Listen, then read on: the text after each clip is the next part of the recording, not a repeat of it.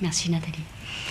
Voilà, par rapport à ce titre de nos journées quand même, hein, partager les responsabilités de l'éducation des enfants et des jeunes,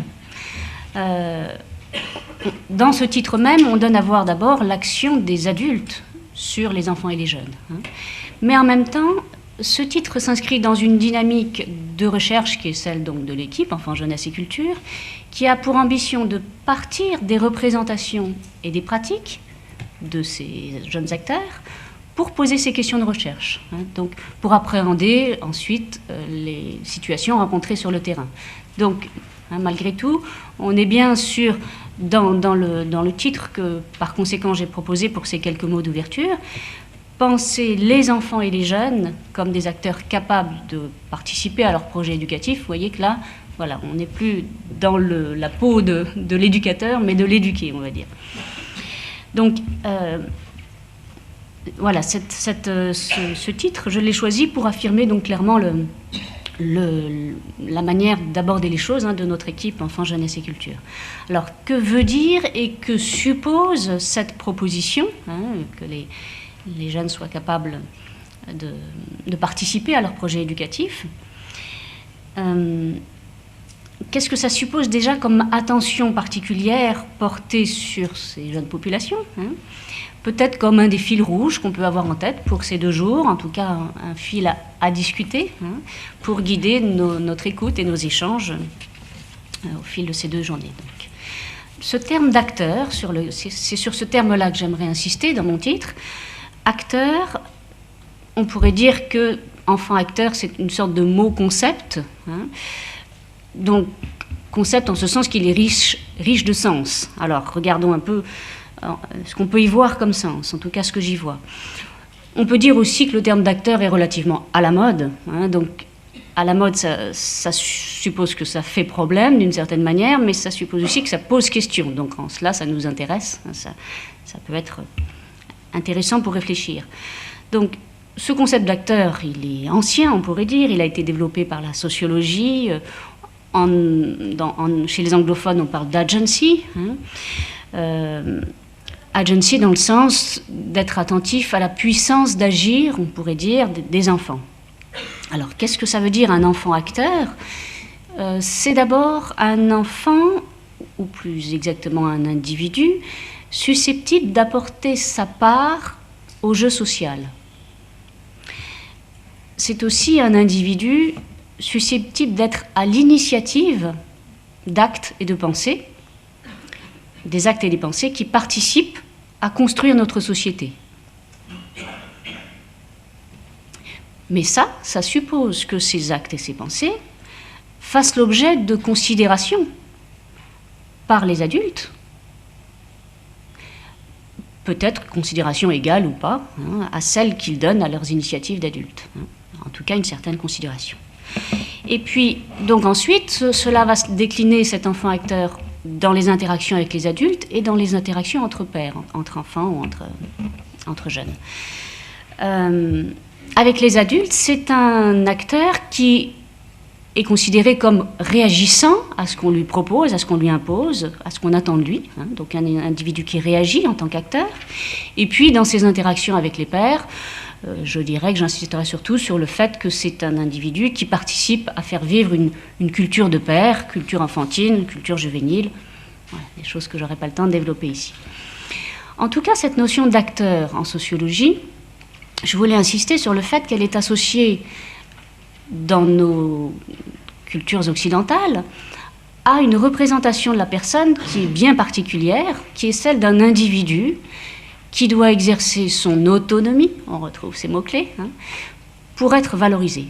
Donc être un individu, ça suppose de développer cette autonomie pour pouvoir être valorisé comme tel. Je vais développer un petit peu cette idée, parce qu'il me semble que c'est assez central, c'est-à-dire que dans nos sociétés contemporaines, l'enfant est inscrit dans un modèle de société, hein, un modèle de démocratie, un modèle individualiste, dans laquelle, justement, la valeur première, c'est l'individu, et qui nous fait, dirait l'anthropologue Louis Dumont, écrivait cet anthropologue dans les années 70, cette société nous fait l'obligation d'être libre. l'obligation d'être libre. Du côté de Norbert Elias, on retrouve la même idée finalement, le fait que les individus, écrit-il, ont le choix entre un plus grand nombre de possibilités, puisqu'on est dans une démocratie. Ils peuvent plus librement décider de leur sort, mais aussi doivent-ils décider de leur sort, écrit-il. Non seulement ils peuvent devenir autonomes, mais ils le doivent. À cet égard, ils n'ont pas le choix. Voilà ce qu'écrit Norbert Elias. Alors, ici, c'est pour tout individu, j'allais dire, dans une société individualiste et démocratique.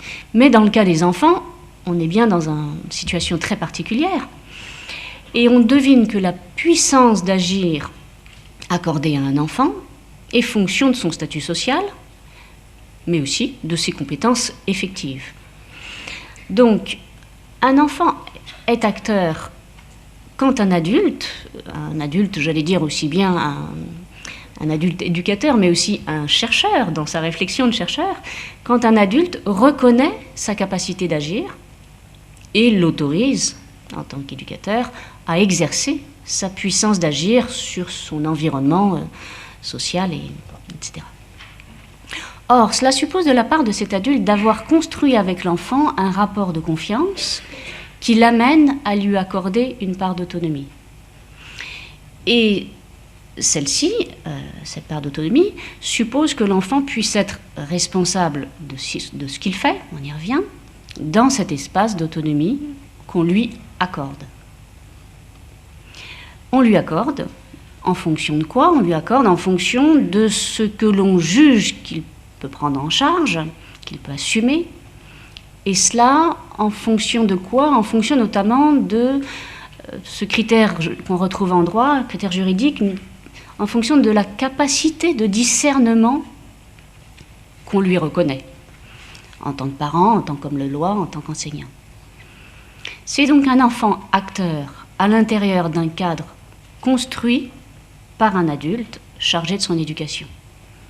Donc un individu qui est acteur, oui, mais d'une manière bien différente de l'adulte, du fait de sa relation de dépendance et d'éducation avec l'adulte, et du fait d'être devant la loi sous la responsabilité de ses parents ou sous la responsabilité de ses responsables légaux.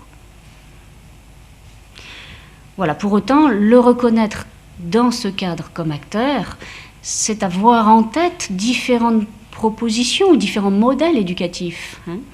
Et bon, justement, à propos de ces modèles éducatifs, j'espère que nos journées nous permettront d'éclairer, d'identifier, d'éclairer ces différentes propositions, modèles éducatifs, mais aussi qu'elles nous permettront de donner à voir ce qui se passe du côté de l'enfant ou des enfants et des jeunes, c'est-à-dire comment l'enfant reçoit aussi cette autorisation à agir, cette autorisation à disposer d'une agency, d'une puissance d'agir.